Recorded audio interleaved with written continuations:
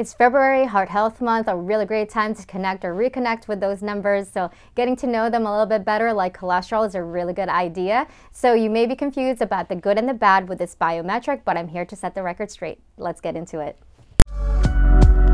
You deserve to be happy and healthy.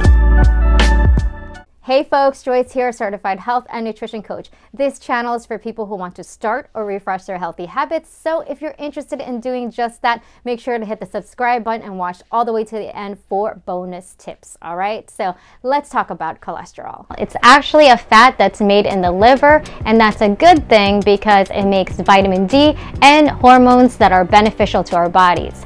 So not all fat is bad. What's important is the amount and the type of fat we are consuming, all right?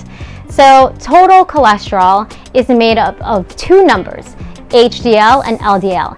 H for helpful and L for lousy. Shout out to Miss Sharon, my mentor, for that awesome reference.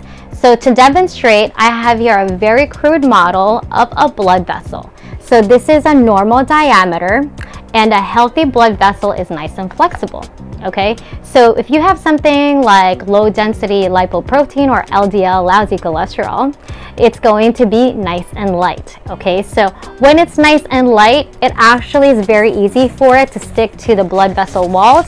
So let me go ahead and demonstrate for you what happens to your blood vessels.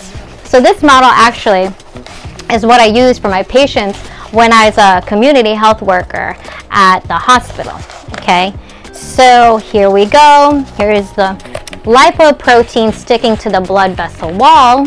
So it actually changes the diameter of the opening of the blood vessel. As you can tell, I hope you can tell, that the blood vessel is smaller in diameter. There we go. Is that better? Right.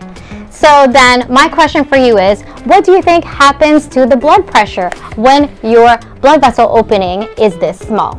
So it should go up because there's lesser space for the fluid to get pumped through. Okay, so that means your heart is working extra hard to just pump the blood. So what's important to know is that the helpful cholesterol helps escort out this lousy cholesterol out of your bloodstream, so that your blood vessel can hopefully go back to normal with no issues, okay? So that's why we need to have some HDL in our diet. For cholesterol, we're looking for a total under 200 milligrams per deciliter of blood.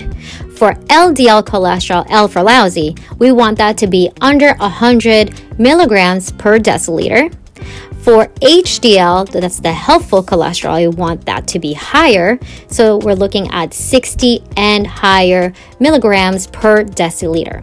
Some of the sources for the lousy cholesterol are in fried foods, animal proteins, some processed baked goods, cheeses, and cured meats. This is what we need to eat less of, and what we need to eat more of are the helpful cholesterol coming from lean proteins like chicken breast. There are some pork that is leaner, eggs, salmon, some plant-based sources like avocados, nuts, and olive oils.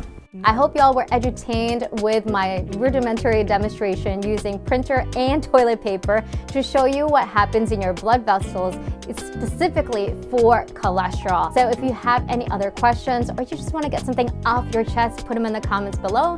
Otherwise, thanks so much for watching. If you enjoyed this video, give it a thumbs up, share, or hit the subscribe button if you haven't already. And if you have, thank y'all so much.